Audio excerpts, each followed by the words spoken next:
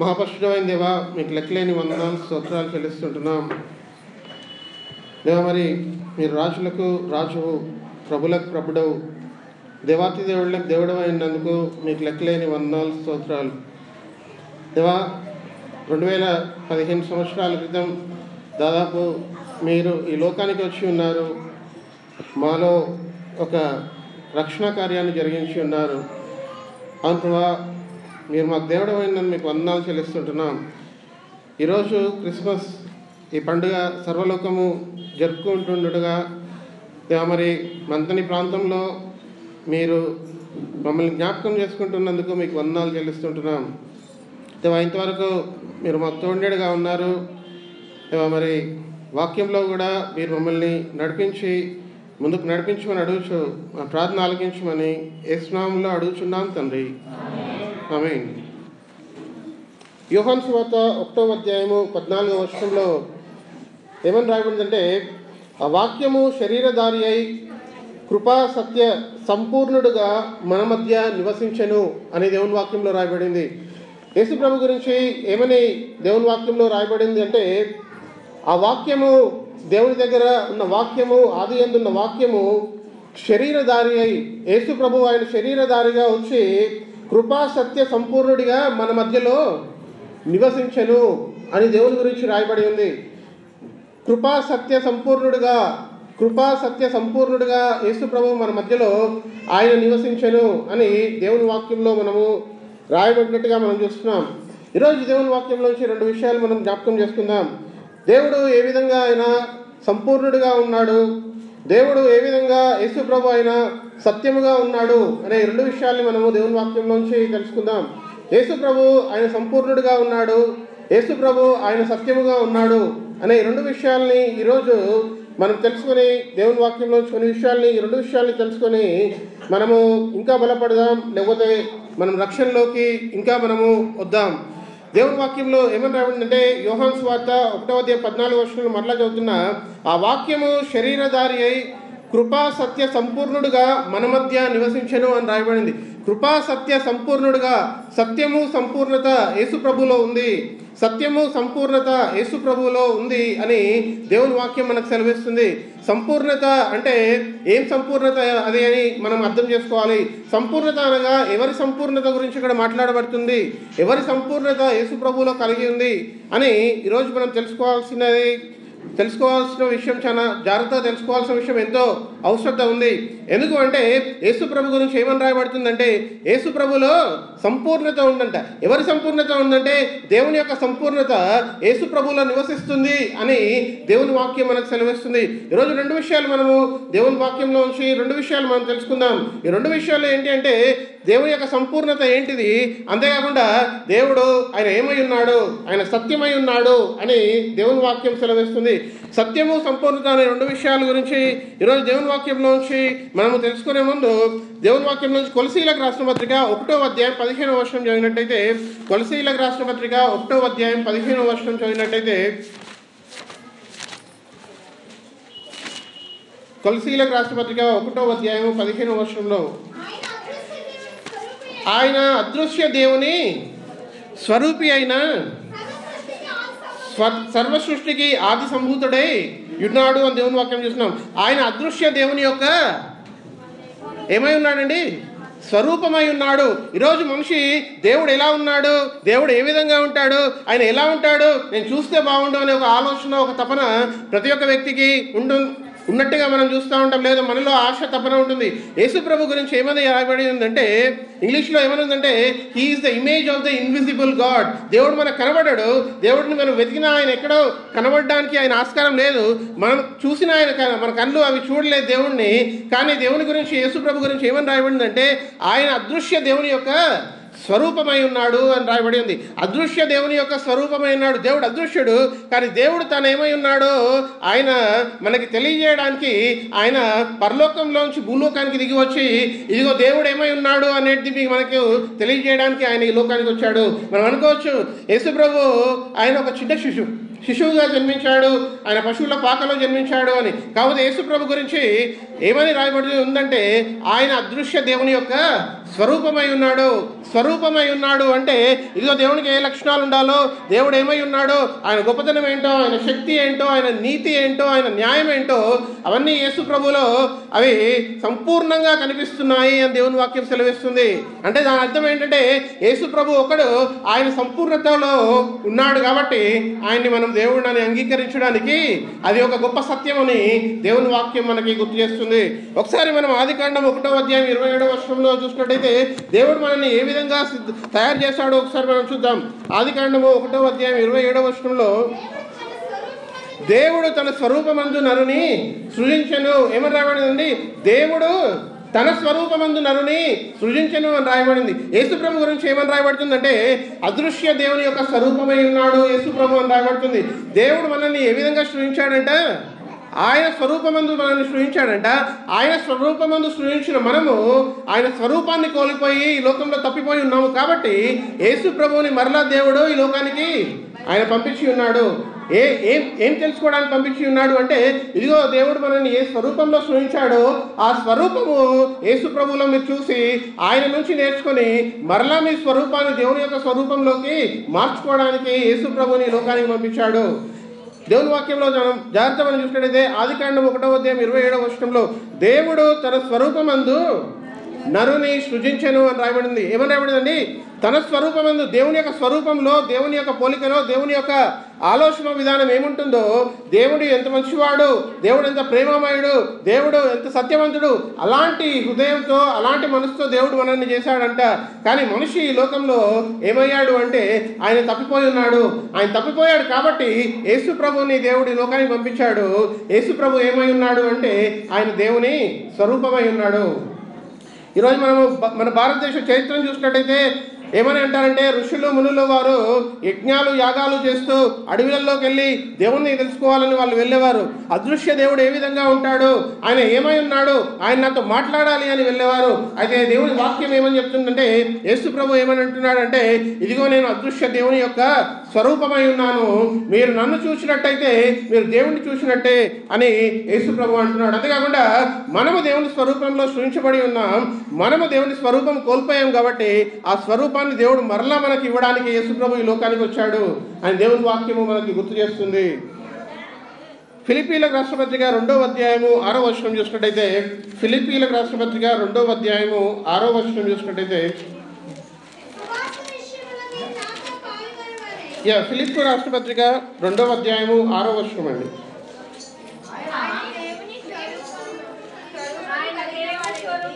ఆయన దేవుని స్వరూపము కలిగిన వాడై ఉండి, యేసు ప్రభు ఎవరి స్వరూపం కలిగి ఉన్నాడండి? దేవుని యొక్క స్వరూపము కలిగిన వాడై ఉండి, ఆయన దేవుని స్వరూపము కలిగిన వాడై ఉండి ఆయన ఈ లోకానికి ఏ విధంగా వచ్చాడు అంటే మరలా దానికంటే ముందు చదివినట్టయితే రాయబడి ఉంటుంది. చదవండి. ఆయన దేవుని స్వరూపమై ఉండి దేవునితో సమానమని ఉండుట విడిచిపెట్టకూడని భాగ్యమని ఎంచుకోలేదు, కానీ మనుష్యుల పోలికగా పుట్టి దాసుని స్వరూపం చూడండి అక్కడ ఆయన దేవుని స్వరూపమై ఉండి మనుషుల పోలికలో పుట్టి అని రాయబడింది. ఆయన దేవుని స్వరూపమై ఉన్నాడు, ఆయన మనుషుల పోలికలో పుట్టాడు. అంటే మనిషికి అర్థం కావడానికి, మనిషికి మానవునికి అర్థం కావడానికి దేవుడు ఎలా ఉంటాడు, ఆయన మనిషి యొక్క పోలికలో పుట్టాడంట దేవుడు. ఎందుకు అంటే ఈ మానవత్వానికి, మనుషులకి, ఈ సమాజానికి, ఈ లోకానికి దేవుడు ఏమై ఉన్నాడో, దేవుడు ఎలా ఉంటాడో, ఆయన ఆలోచన ఏ విధంగా ఉంటుందో, ఆయన ప్రేమ ఎలా ఉంటుందో తెలియజేయడానికి దేవుడు ఒక మనిషి రూపంలో, ఒక నరుడి రూపంలో ఆయన జన్మించాడు అని దేవుని వాక్యం సెలవిస్తుంది. దేవుడు ఆయన అదృశ్య దేవుని యొక్క స్వరూపం ఏ విధంగా ఉంటుందో మనకు తెలియజేయడానికి దేవుడు ఈ లోకానికి వచ్చాడు అని దేవుని వాక్యం మనకు సెలవిస్తుంది. యేసు ప్రభు ఆయన దాదాపు 2015 సంవత్సరాల క్రితం తాను జన్మించాడు. తాను జన్మించకంటే ముందు ఎంతోమంది ప్రవక్తలు ఆయన గురించి ప్రవచనం చేశారు. ఏంటి అంటే ఇదిగో దేవుని కుమారుడు ఆయన ఈ లోకంలో జన్మించబోతున్నాడు, ఆయన అదృశ్య దేవుని యొక్క స్వరూపమై ఉన్నాడు అని దేవుని వాక్యములో చెప్పబడి ఉంది. అయితే ఆ అదృశ్య దేవుని యొక్క స్వరూపం స్వరూపము యేసు ప్రభు ఈ లోకానికి వచ్చి ఉన్నాడు. ఒకసారి కొన్ని విషయాలు చూద్దాం. యేసు ప్రభు తాను ఈ లోకంలో ఉన్నప్పుడు తన శిష్యులతో ఏమేమి మాట్లాడినాడో ఒకసారి చూద్దాం. యోహాను సువార్త 14వ అధ్యాయం 9వ వచనం చూసినట్టయితే, యోహాను సువార్త 14వ అధ్యాయము 9వ వచనం చదివినట్టయితే,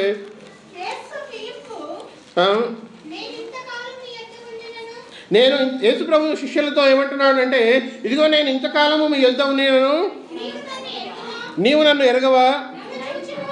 నన్ను చూసిన వాడు తండ్రిని చూసి ఉన్నాడు గనుక తండ్రిని మాకు కనపరచుమని నీవేళ చెప్పుచున్నావు అంటున్నాడు. యేసుప్రభు తన శిష్యులతో ఏమంటున్నాడు అంటే, యేసుప్రభుకి 12 మంది శిష్యులు ఉండే. ఆ 12 మంది శిష్యులతో యేసుప్రభు వారితో మాట్లాడుతూ ఉన్న తర్వాత ఒక వ్యక్తి, శిష్యుల్లో ఒక వ్యక్తి యేసుప్రభుని తను ఏమడుగుతున్నాడు అంటే, ఇదిగో నువ్వు మాకు తండ్రిని చూపించవా అని అడుగుతున్నాడు. తండ్రిని చూపించవా అన్నప్పుడు యేసుప్రభు వారికి సమాధానం ఏం చెప్తున్నాడు అంటే, ఇదిగో మీరు నన్ను చూసినట్టయితే పరలోకంలో ఉన్న దేవుణ్ణి చూసినట్టే. ఎందుకు అంటే, ఇదిగో నేను ఆయన కుమారుడిని అయి ఉంటున్నాను, ఆయన నన్ను ఈ లోకానికి పంపించాడు, ఇదిగో నేను దేవుని స్వరూపాన్ని అయి ఉంటున్నాను. ఈరోజు ఈ లోకము దేవుని స్వరూపం ఏ విధంగా ఉంటుంది, దేవుడు ఏ విధంగా ఉంటాడు ఆయన తెలుసుకోవాలని ఎంతో ఆశ, ఎంతో తపనతో ఉన్నారు. అయితే యేసుప్రభు గురించి ఏమని రాయబడిందంటే, ఆయన అదృశ్య దేవుని యొక్క స్వరూపము ఆయనలో ఉంది అని దేవుని వాక్యంలో రాయబడుతుంది. ఒకసారి నేను ఒక వ్యక్తితో సంభాషణ చేస్తుండే.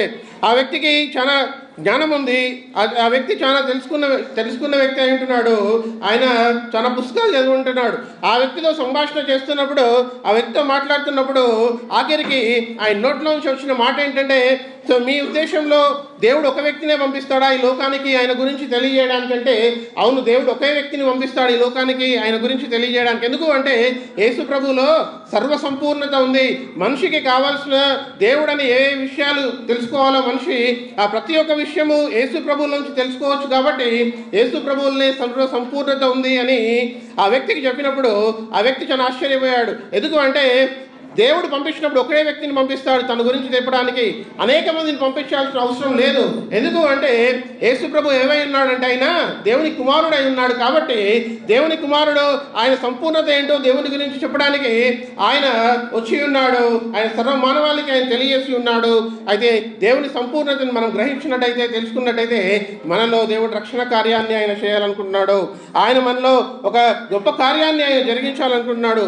ఈ శిష్యుతో యేసు ప్రభు తాను ఏమంటున్నాడు అంటే, ఈ వాక్యం మరలా చూద్దామండి. 14 యోహాను సువార్త 14వ అధ్యాయం 9వ వచనం చూసినట్టయితే, ఫిలిప్పు, నేను ఇంతకాలము మీ యొద్ద ఉండినను నీవు నన్ను ఎరగవా? నన్ను చూసిన వాడు తండ్రిని చూసి ఉన్నాడు అని యేసుప్రభు అంటున్నాడు. ఇదిగో మీరు నన్ను చూస్తున్నారు, నన్ను చూసిన వారు దేవుణ్ణి చూసిన వారే అని తాను శిష్యులతో అంటున్నాడు. ఈ కాలంలో మన ముందు దేవుని వాక్యం ఉంది, యేసుప్రభు చెప్పిన బోధ ఉంది. ఆ యేసుప్రభు చెప్పిన బోధతో మనకు ఏమర్థమవుతుంది అంటే, ఇదిగో దేవుని స్వరూపం ఈ విధంగా ఉంటుంది, దేవుడు ఈ విధంగా మాట్లాడతాడు, దేవుడు మనుషులతో ఈ సంబంధం కలిగి ఉండాలనుకుంటున్నాడు, దేవుడు ఈ విధంగా ప్రేమ చూపాడు, మనుషులు కూడా ఈ విధంగా ప్రేమ చూపాలి అని దేవుడు యేసు ప్రభుని పంపించి మనకి విషయాలన్నింటినీ తెలియజేసినట్టుగా మనం చూస్తున్నాం.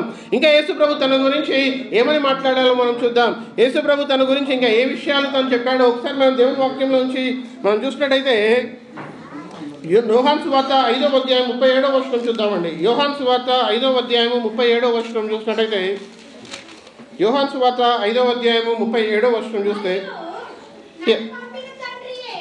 యోహాను సువార్త 5వ అధ్యాయము 37 మరియు నన్ను పంపిన తండ్రియే నన్ను గూర్చి సాక్ష్యం ఇస్తున్నారు. శిష్యులలో అనేక వ్యక్తులలో ప్రశ్న వచ్చింది, యేసుప్రభు ఈ లోకానికి వచ్చాడని, ఆయన దేవుని కుమారుడని సాక్ష్యం ఏంటి అంటే, ఇదిగో నా గురించి సాక్ష్యం ఎవరిస్తున్నారు అంటే నన్ను పంపిన దేవుడే సాక్ష్యం ఇస్తున్నాడు. ఎందుకు అంటే నా నుంచి దేవుడు ఏ కార్యాలు చేస్తున్నాడు అంటే జీవము లేని వారిలో జీవం పోస్తున్నాడు, అంటే మరణించిన వారిని లేపే శక్తి యేసుప్రభుకి ఇచ్చి ఉన్నాడు దేవుడు అని తాను సెలవిస్తున్నాడు. అంతేకాకుండా మనిషికి కావాల్సిన పాప క్షమాపణ కూడా నేను ఇవ్వగలను, నా చేతిలో ఉంది అని యేసుప్రభు అంటున్నాడు. ఈ లోకంలో ఎంతోమంది వ్యక్తులు వారి జీవితాలు వారు జీవిస్తున్నారు, కానీ వారు చేసిన తప్పులకి పాపముకి ఎవరు నన్ను క్షమించగలరు అనే ప్రశ్న ప్రతి ఒక్క వ్యక్తిలో ఆ ప్రశ్న వస్తుంది. కానీ క్షమించడానికి వ్యక్తులు ఎవరినైనా క్షమిస్తారో అని వెతుక్కుంటూ వెళ్ళినప్పుడు వారికి ఎవరు కనిపించట్లేదు లోకంలో, కానీ కేవలం యేసు ప్రభువే కనిపిస్తున్నాడు. ఎందుకు అంటే యేసు ప్రభు దేవుడై ఉండి ఆయన దైవత్వాన్ని వదిలిపెట్టి లోకానికి వచ్చి ఆయన నరరూపము ధరించి ఆయన కల్వరి శిలువలో మరణించి తిరిగి లేచాడు. కాబట్టి ఆయన ఏమంటున్నా అంటే ఇదిగో పాపము క్షమించే అధికారము నా దగ్గరే ఉంది, నేనే క్షమించగలను, ఎందుకంటే నేను మీకోసము ఆయన చనిపోయి తిరిగి లేచాను అని అంటున్నాడు. శిష్యులతో మాట్లాడుతూ ఇక్కడ ఏమంటున్నా అంటే యోహాను సువార్త 5:37 మరియు నన్ను పంపిన తండ్రియే నన్ను గూర్చి సాక్ష్యం ఇస్తున్నాడు. అంతేకాకుండా ఇంకేమంటున్నాడు అంటే మీరు ఏ కాలమందైనను, చాలా జాగ్రత్తగా చూద్దాం, మీరు ఏ కాలమందైనను, భవిష్యత్తు కాలం అయి ఉండొచ్చు, లేకపోతే రాబోయే కాలం అయి ఉండొచ్చు, భవిష్యత్తు కాలంలో ఎన్నో సంవత్సరాల క్రితం అయి ఉండొచ్చు, మీరు ఏ కాలమందైనను ఆయన స్వరము వినలేదు.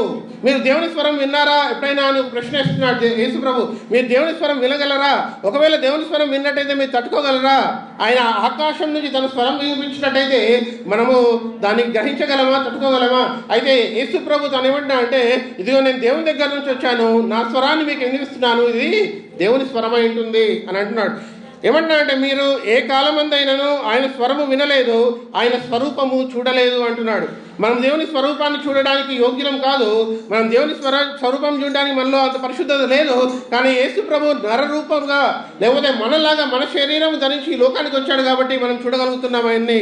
యేసు ప్రభుని అక్కడ ఆ కాలంలో ఉన్నవారు చూశారు, అదే అవును ఆయన ఇలా ఉంటాడు అని మనము తెలుసుకున్నాం. కానీ దేవుడి గురించి ఏమని రాయబడిందంటే మనము ఆయన స్వరాన్ని వినలేము, ఎప్పుడు వినలేదు కూడా, ఆయన స్వరూపాన్ని చూడలేము కూడా. అందుకే దేవుని వాక్యంలో ఏమని తెలియజేయబడిందంటే దేవుడు యేసు ప్రభుని ఈ లోకానికి పంపించాడు, ఆయనలో సర్వ సంపూర్ణత ఉంది. ఆయన అంగీకరించినప్పుడు మనము నిజమైన దేవుడిని తెలుసుకుంటున్నాం. ఆయన మన సొంత రక్షకుడుగా అంగీకరించినప్పుడు సర్వ పరిపూర్ణత ఉన్న దేవుణ్ణి మనము తెలుసుకుంటున్నాం. సర్వ పరిపూర్ణత దైవత్వం యొక్క సంపూర్ణత పరిపూర్ణత యేసు ప్రభులో ఉంది అని దేవుని వాక్యము పరిశుద్ధ గ్రంథం తెలియజేస్తుంది. యేసు ప్రభుని తాను నన్ను తండ్రి పంపించాడు అనే మాట, నన్ను తండ్రి పంపించాడు, దేవుడు పంపించాడు అనే మాట ఆయన మరలా వాడి అక్కడ ఉన్న శిష్యులకి ఆయన తను తాను రుజువు చేసుకున్నాడు. తనతో పాటు ఉన్న ఒక శిష్యుడు తను ఏమంటున్నాడు అంటే యేసు ప్రభు గురించి 1 యోహాను 1:1 చూసినట్టయితే దానిలో రాయబడింది. 1 యోహాను 1:1 యేసు ప్రభు గురించి తన శిష్యుడైన యోహాను, ఆయన చిన్న వయసు 12 మంది శిష్యుల్లో అతనే చిన్న వయసు గలవాడు. ఆ చిన్న వయసు గల శిష్యుడు యేసు ప్రభు గురించి ఏమంటున్నాడు ఒకసారి చూద్దాం. 1 యోహాను 1:1 చాలా జాగ్రత్తగా మనం చూసినట్టయితే జీవవాక్యము గూర్చినది ఆది నుండి ఏది ఉండెనో మేమేది వింటిమో, కన్నులారా ఏది చూసితిమో, ఏది నిదానించి కనుకొంటిమో, మా చేతులు దేనిని తాకి చూచెనో అది మీకు తెలియజేస్తున్నాము.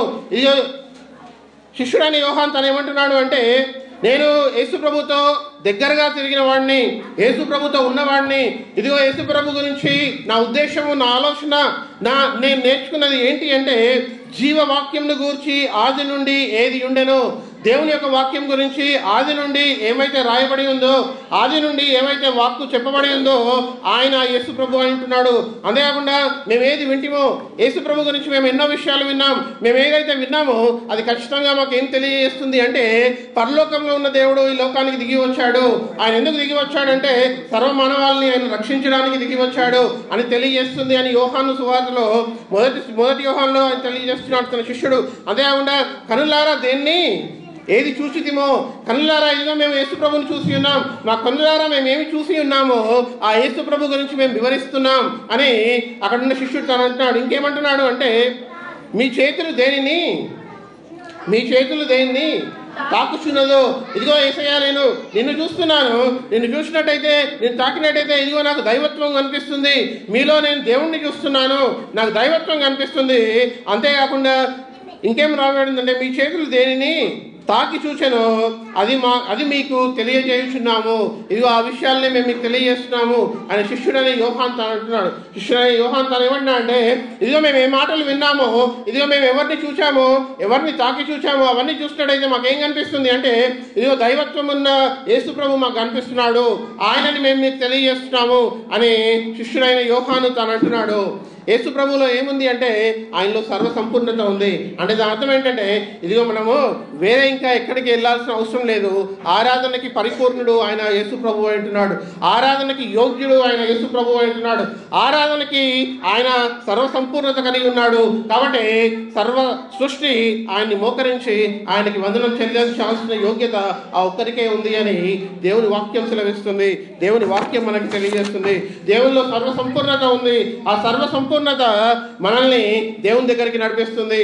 మనము ప్రతి ఒక్క మనిషికి ఎవరు నిజమైన దేవుడు అని తెలుసుకోవాలనే ఆశ తపన ఎంతో ఉంది. అది దేవుని వాక్యం యేసు ప్రభు గురించి ఏమంటుంది అంటే, యేసు ప్రభులో సర్వసంపూర్ణత ఉంది, యేసు ప్రభులో దేవుని యొక్క స్వరూపం ఉంది, యేసు ప్రభులో సంపూర్ణత ఉంది, దేవుని లక్షణాలు అన్నీ ఉన్నాయి. ఆయన ఆరాధించడానికి, పూజించడానికి ఆయన యోగ్యుడై ఉంటున్నాడు. ఈరోజు క్రిస్మస్ రోజు మనం తెలుసుకోవాల్సిన విషయం ఏంటంటే, యేసు ప్రభులో సర్వ సంపూర్ణత ఉంది. దేవుని యొక్క లక్షణాలు అన్నీ ఆయనలో అవి నిమగ్నమై ఉన్నాయి. అదే కాకుండా ఈ లోకంలో ఏ వ్యక్తిని అడిగినా కూడా పాపాన్ని క్షమించే అధికారం ఎవరికి ఉంది అంటే ఎవరు ఏ మాటలు చెప్పలేకపోతున్నారు. కానీ యేసు ప్రభు ఒకడే ఆయన ఏమన్నాడు అంటే, ఇదిగో నాకు పాపాలను క్షమించడానికి అధికారం ఉంది. ఎందుకు అంటే, నేను సర్వమానవాళి కోసము కల్వరి సిలువలో నేను బలియాగం అయ్యాను, రక్తాన్ని ప్రోక్షించాను, కాబట్టి నాకు అధికారం ఉంది అని యేసు ప్రభు అంటున్నాడు. సరే, యేసు ప్రభు స్వరూపం గురించి కొన్ని విషయాలు మనం చూసాం. యేసు ప్రభు సత్యం గురించి కొన్ని విషయాలు తెలుసుకుందాం. యేసు ప్రభు సత్యం గురించి ఏమన్నాడో ఒకసారి మనం దేవుని వాక్యంలో చూసినట్టయితే యోహాను సువార్త 1వ అధ్యాయం 17వ వచనం చూద్దాం. యోహాను సువార్త 1వ అధ్యాయం 17వ వచనంలో యేసు ప్రభు సత్యం గురించి తాను ఏమంటున్నాడు, సత్యం గురించి ఏమని రాయబడింది ఒకసారి చూద్దామండి. ధర్మశాస్త్రము మోషే ద్వారా అనుగ్రహింపబడెను, కృపయు సత్యమును యేసుక్రీస్తు ద్వారా కలిగెను. కృపయు సత్యమును ఎవరి ద్వారా కలిగెను అంటే యేసుక్రీస్తు ద్వారా కలిగెను. ఈ లోకంలో ఇంకొక విషయము అందరినీ కలవరపెట్టే విషయం ఏంటంటే, సత్యం అంటే ఏంటి, సత్యం ఏంటి, సత్యం ఎవరి దగ్గర ఉంది అనే విషయము అందరినీ కలవరపెడుతుంది. ఎందుకు అంటే ప్రతి ఒక్క మనిషి ఆయన ఏం తెలుసుకోవాలనుకుంటున్నాను అంటే, ఇదిగో నేను సత్యం తెలుసుకోవాలనుకుంటున్నాను, సత్యం అంటే ఏంటో తెలుసుకోవాలనుకుంటున్నాను, సత్యం ఏంటో తెలుసుకోవాలనుకుంటున్నాను అని ప్రతి ఒక్క మనిషికి ఒక ఆలోచన కలిగి ఉంది, సత్యం అంటే ఏంటి అని. యేసు ప్రభు తాను ఏమంటున్నా అంటే, సత్యము ఇదిగో నేను సత్యానికి ఆధారమై ఉన్నాను, నేనే సత్యమై ఉన్నాను అంటున్నాడు. ఇంగ్లీష్లో ఏమని రాబడిందంటే, యోహాను సువార్త 1వ అధ్యాయం 17వ వచనంలో truth came by Jesus Christ అని ఉంది. సత్యము యేసులో నుంచి వచ్చింది, సత్యము యేసై ఉన్నాడు అని ఆయన దేవుని వాక్యంలో మనం చూస్తున్నాం. సర్వస్వరూపి అయిన దేవుడు, దేవుని యొక్క స్వరూపము ఆయనలో ఉన్న వ్యక్తి, సంపూర్ణ ఉన్న వ్యక్తి తాను ఏమంటున్నా అంటే, ఇదిగో నేనే సత్యాన్ని అని అంటున్నాడు. మహాత్మా గాంధీ సత్యం గురించి తాను ఏమన్నాడు అంటే, there is no other god than truth అన్నాడు. తను ఏమన్నా అంటే, there is no other god than truth, లేకపోతే నిజమే నాకు సత్యము అన్నాడు మహాత్మా గాంధీ. అయితే యేసు ప్రభు ఏమన్నా అంటే, ఇదిగో నేనే సత్యాన్ని అన్నాడు. మహాత్మా గాంధీ ఏమన్నా అంటే, నిజమైన సత్యము ఎవరు అంటే దేవుడు అన్నాడు. యేసు ప్రభు ఏమన్నా అంటే, ఇదిగో నేనే సత్యాన్ని అన్నాడు. నేనే సత్యాన్ని, నా ద్వారా తప్ప వేరే ఎవరు పరలోక రాజ్యానికి చేరలేరు అని యేసు ప్రభు అన్నాడు. నాకు చాలా ఆశ్చర్యం అనిపించింది. మహాత్మా గాంధీకి సత్యం కావాలంట, ఆయన సత్యం కోసం వెతుకుతూ ఉన్నాడు, సత్యమే దేవుడు అంటున్నాడు. కానీ సత్యమైన యేసు ప్రభుని ఆయన పరిపూర్ణంగా తెలుసుకోలేకపోయాడు. ఇక్కడ కూర్చున్న మనము ఈరోజు ఒకవేళ మీరు యేసు ప్రభుని పరిపూర్ణంగా అంగీకరించినట్టయితే మీరు చాలా ధన్యులు. ఒకవేళ మీరు యేసు ప్రభుని ఇంకా పూర్ణంగా అంగీకరించకపోతే, సొంత రక్షకుడని మీరు అంగీకరించినట్టయితే మీరు సర్వ సమృద్ధి కలిగిన దేవుడు, సర్వ సంపూర్ణత కలిగిన దేవుడిని మీరు తెలుసుకుంటారు. సత్యమైన దేవుడిని మీరు తెలుసుకునే అవకాశము ఈ క్రిస్మస్ రోజు మీ అందరికీ కలుగుతున్నది. దేవుని వాక్యము అది సత్యమైనది కాబట్టి యేసు ప్రభు ఆ సత్యమైన మాటల్ని ఆయన మనకి అనుగ్రహించున్నాడు. యేసు ప్రభు తాను ఏమంటున్నాడు అంటే, ఆయన రాజులకు రాజు అని దేవుని గురించి రాయబడి ఉంది. అంతేకాకుండా లూకా సువార్త 2వ అధ్యాయం 11వ వచనం చూసినట్టయితే ఏం రాయబడింది ఒకసారి చూద్దామండి. లూకా సువార్త 2వ అధ్యాయం 11వ వచనం చూసినట్టయితే, దావీదు పట్టణమందు నేడు రక్షకుడు మీ కొరకు పుట్టి ఉన్నాడు, ఈయన ప్రభువైన యేసు ఈయన ప్రభు అయిన క్రీస్తు దావీదు పట్టణమందు నేడు రక్షకుడు మీ కొరకు పుట్టి ఉన్నాడు. ఇదిగో ఈ లోకానికి ఎవరు కావాలి అంటే రక్షకుడు కావాలి అంట. ఈ లోకానికి ఎవరు కావాలి అంటే రక్షించే వ్యక్తి కావాలి అంట. ఎందుకు అంటే ఈ లోకానికి వారి యొక్క జీవితంలో రక్షణ లేదు కాబట్టి దేవుడు ఈ లోకానికి యేసు ప్రభువుని రక్షకుడిగా పంపించాడు అని దేవుని వాక్యంలో రాయబడింది. యేసు ప్రభు తాను పుట్టినది ఆలోచించినట్టయితే యేసు ప్రభు ఈ లోకానికి ఒక పశువుల తొట్టులో పుట్టినప్పుడు తన గురించి ఏమని రాయబడింది అంటే ఆయన ఈ లోకానికి రక్షకుడిగా వచ్చి ఉన్నాడు అని రాయబడింది. ఆయన రక్షణ మనకి తీసుకొచ్చి ఉన్నాడు అని దేవుని వాక్యంలో మనకి తెలియజేయబడుతుంది. ఆయన రక్షకుడుగా ఈ లోకానికి వచ్చాడంట. యేసు ప్రభు సత్యము ఆయన ఏం తెలియజేయాలనుకున్నాడంటే సర్వమానవాళికి ఇదిగో నేను రక్షకుడిగా వస్తున్నాను ఈ లోకంకి. ఇదిగో నేను మీకు పాప క్షమాపణ నుంచి విడుదల ఇవ్వడానికి పాపం నుంచి విడుదల ఇవ్వడానికి నేను ఈ లోకానికి వస్తున్నాను అని యేసు ప్రభు తాను తెలియజేస్తున్నాడు. ఒకసారి యోహాను సువార్త 14:6 చూద్దామండి. ఏమని రాయబడింది? యోహాను సువార్త 14:6 యేసు ప్రభు తాను ఏమన్నాడో ఒకసారి చూద్దాం. యేసు నేనే మార్గమును సత్యమును జీవమును నా ద్వారానే తప్ప ఎవడును తండ్రి యొద్దకు దేవుని యొద్దకు రాలేడు అంటున్నాడు. నేనే మార్గాన్ని సత్యాన్ని జీవమునై ఉన్నాడు. నా ద్వారానే తప్ప ఎవరును తండ్రి యొద్దకు రాలేరు అని అంటున్నాడు. ఇదిగో సత్యం కోసం ప్రతి మానవుడు ఆయన వెతుకుతున్నాడు. సత్యం అంటే ఏంటి? ఏది సత్యం ఈ లోకంలో అంటే ఒక్కొక్కరు అంటారు ఇగో ఈ మార్గంలో వెళ్తే ఈ సత్యము, లేకపోతే ఇంకొకరు ఏమంటారు నువ్వు ఈ మార్గంలో వెళ్ళు సత్యం దొరుకుతుంది అని అంటారు. కానీ యేసు ప్రభు తాను ఏమన్నాడంటే ఇదిగో మీరు నన్ను వెంబడించండి, మీరు సత్యంను తెలుసుకొని పరలోకానికి వెళ్తారు అని యేసు ప్రభు సెలవిస్తున్నాడు. యేసు ప్రభు తాను ఏమన్నాడంటే ఇదిగో నేను సత్యమును మార్గమును జీవమునై ఉన్నాను అని యేసు ప్రభు తాను అంటున్నాడు. 1 తిమోతి 1:15 చూసినట్టయితే 1 తిమోతి 1:15 చూస్తే అందులో కూడా సత్యం గురించి ఒక మాట రాయబడింది. అది ఆ వాక్యం ఏమై ఉందో ఒకసారి చూద్దామండి. 1 తిమోతి 1:15 చూసినట్టయితే పాపులను రక్షించుటకు క్రీస్తు యేసు లోకమునకు వచ్చెను. ఈ వాక్యము నమ్మదగినదియు పూర్ణ అంగీకారమునకు యోగ్యమైనదిగాను ఉన్నది అని దేవుని వాక్యంలో రాయబడింది. 1 తిమోతి 1:15 ఏమని రాయబడిందంటే పాపులను రక్షించుటకును క్రీస్తు యేసు లోకమునకు వచ్చెనను వాక్యము నమ్మదగినదియు పూర్ణ అంగీకారమునకు యోగ్యమైనదిగా ఉన్నది అని దేవుని వాక్యంలో రాయబడింది. అంటే ఈ మాట సత్యమైనది. ఒకవేళ మీరు ఈ పూర్ణ అంగీకారమైన ఈ మాటను స్వీకరించినట్టయితే తప్పకుండా మీరు సర్వసత్యంలోనికి వెళ్తారు. తప్పకుండా మీరు నిజమైన దేవుడిని తెలుసుకొని ఆయనతో మీరు సహవాసం చేసేవారిగా ఉంటారు, ఆయన్ని పూజించేవారిగా ఉంటారు, ఆయన్ని ఆరాధించేవారిగా ఉంటారు అని దేవుని వాక్యం తెలియజేస్తుంది. పూర్ణ అంగీకారంగా ఉన్న వాక్యము, పూర్ణ అంగీకారంగా ఉన్న మాటలు ఈ లోకం వెతుకుతుంది. ఆ మాటలు ఏంటి అంటే ఇదిగో యేసు ప్రభు ఆయన దేవుడై ఉన్నాడు, ఈ లోకానికి వచ్చాడు, సర్వమానవాళి కోసం ఆయన చనిపోయి ఆయన తిరిగి లేచాడు. ఇది పూర్ణ అంగీకారంగా ఉన్న ఇది మాట ఉంటుంది, ఇది నమ్మదగిన మాట ఉంటుంది, ఇది సత్యమై ఉంటుంది అని దేవుని వాక్యంలో ఇది రాయబడి ఉంది. అంతేకాకుండా యేసు ప్రభు ఇంకేమంటున్నాడు ఒకసారి చూద్దామండి. యోహాను రాసిన పత్రిక 18:37 చూసినట్టయితే యోహాను రాసిన పత్రిక 18:37 చూసినట్టయితే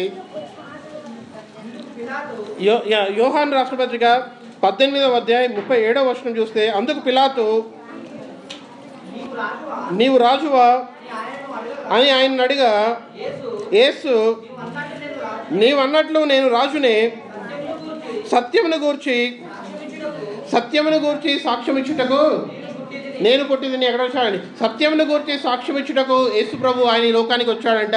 సత్యమును గూర్చి సాక్ష్యం ఇచ్చుటకు, సత్యమును గూర్చి ఆయన సాక్ష్యం ఇచ్చుటకు యేసు ప్రభు ఈ లోకానికి వచ్చాడు. పిలాతు అనే రాజు సత్యం ఏంటి అని ప్రశ్న అడిగాడు. సత్యం అనేది ఏంటి అని ప్రశ్న అడిగాడు. ఈరోజు ఒకవేళ మీలో ఒక ప్రశ్న ఉన్నట్టయితే, సత్యము ఏంటి అని ప్రశ్న ఉన్నట్టయితే, ఆ సత్యము ఏమై ఉన్నారు, ఎవరై ఉన్నారు అంటే ఆయన కేవలం యేసు ప్రభు. ఆ సత్యం ఏంటి అంటే ఆయన సర్వలోకానికి ఆయన రక్షణ తీసుకురావడానికి ఆయన ఈ లోకానికి వచ్చాడు, నరరూపం ధరించాడు. ఆ నరరూపం ధరించిన యేసులో దేవుని యొక్క సంపూర్ణత ఉంది. ఆయన కల్వరి శిలువలో మన నిమిత్తం ఆయన చనిపోయాడు. ఆయన మరణించి తన అమూల్యమైన రక్తాన్ని కార్చి ఆయన తిరిగి లేచి ఉన్నాడు. ఆయనలో సర్వ సంపూర్ణత ఉంది అని దేవుని వాక్యము తెలియజేస్తుంది. యోహాను రాసిన పత్రిక 18వ అధ్యాయం 37వ వచనంలో మనం ఈ మాట చదువుకున్నాం. ఆఖరి వచనాన్ని చదువుకొని మనం ముగించుకుందామండి. ఆఖరి వచనాన్ని చూసినట్టయితే 1 యోహాను 5వ అధ్యాయం 20వ వచనం చూసినట్టయితే ఆఖరి వచనం చూసి మనం ముగించుకుందాం. 1 యోహాను 5వ అధ్యాయము 20వ వచనం చూసినట్టయితే 1 యోహాను 5వ అధ్యాయం చదువుతున్నాం. మనము సత్యవంతుడైన వానిని ఎరగవలనని దేవుని కుమారుడు వచ్చి మనకు వివేకము అనుగ్రహించి ఉన్నాడని ఎరుగుదుము. మనము దేవుని కుమారుడైన యేసుక్రీస్తు వారమై సత్యవంతుని యందు ఉన్నాము అని దేవుని వాక్యం రాయబడింది. మనం ఏం తెలుసుకుంటున్నామంటే, మనం సత్యవంతుడైన వానిని ఎరిగి ఉండవలెనని దేవుని కుమారుడు వచ్చి దేవుని గురించి, దేవుని యొక్క సత్యం ఏంటో అది మనం తెలుసుకొని ఉండాలని దేవుని కుమారుడు ఈ లోకానికి వచ్చాడు. యేసు ప్రభు ఆయన ఈ లోకానికి వచ్చాడు. ఆయన ఈ లోకానికి వచ్చి మనకి ఏం తెలియజేస్తున్నాడు అంటే, ఆయన సర్వ సత్యాన్ని ఆయన మనకు తెలియజేస్తున్నాడు. సర్వ సంపూర్ణతని ఆయన మనకు తెలియజేస్తున్నాడు. ఆ సర్వ సంపూర్ణ అయిన దేవుడు ఆయన మన కోసం ఈ లోకానికి వచ్చి తన సంపూర్ణతను మనకు తెలియజేసి ఉన్నాడు. యేసు ప్రభు ఒక పశువుల పాకలో జన్మించాడు. కానీ ఆయన ఆ రీతిగా ఆయన జన్మించాలి, ఒక నరరూపంగా రావాలి కాబట్టి వచ్చాడు. కానీ యేసు ప్రభు ఈ లోకానికి ఎందుకు వచ్చాడంటే, దేవుని యొక్క సంపూర్ణతను మనకు తెలియజేయడానికి, అదృశ్యమైన దేవుడు ఏమై ఉన్నాడో మనకు తెలియజేయడానికి. మనము దేవుని మాట స్వరం వినలేము కాబట్టి ఆయన ఏమై ఉన్నాడో, ఆయన మాటలు ఏమై ఉన్నాయో అవి తెలియజేయడానికి ఆయన ఈ లోకానికి వచ్చాడు. ఆ అదృశ్య దేవుడిని మనకు చూపించడానికి ఈ లోకానికి వచ్చాడు. ఆ అదృశ్య దేవుడిని చూపించడానికి ఈ లోకానికి వచ్చిన యేసు ప్రభువులో సర్వ సంపూర్ణత ఉంది. ఆయన పూజించడానికి, ఆరాధించడానికి ఆయన యోగ్యుడై ఉన్నాడు. అందుకే జ్ఞానులు వచ్చి ఆయన పూజించారు, ఆరాధించారు. గొల్లలు వచ్చి ఆయన పూజించారు, ఆరాధించారు. అదే కాకుండా యేసు ప్రభువుని ఆరాధించడానికి మనము యోగ్యులమై ఉన్నాం. మనము ఆయన్ని ఆరాధించడానికి ఆయన సత్యమై ఉన్నాడు కాబట్టి ఆ సత్యాన్ని మనం తెలుసుకుని మనం అంగీకరించినట్టయితే దేవుడు మనల్ని ఇంకా ముందుకు నడిపిస్తాడు. ఈరోజు ఈ వాక్యం మీద మీ అందరికీ నా క్రిస్మస్ శుభాకాంక్షలు. ఆమేన్.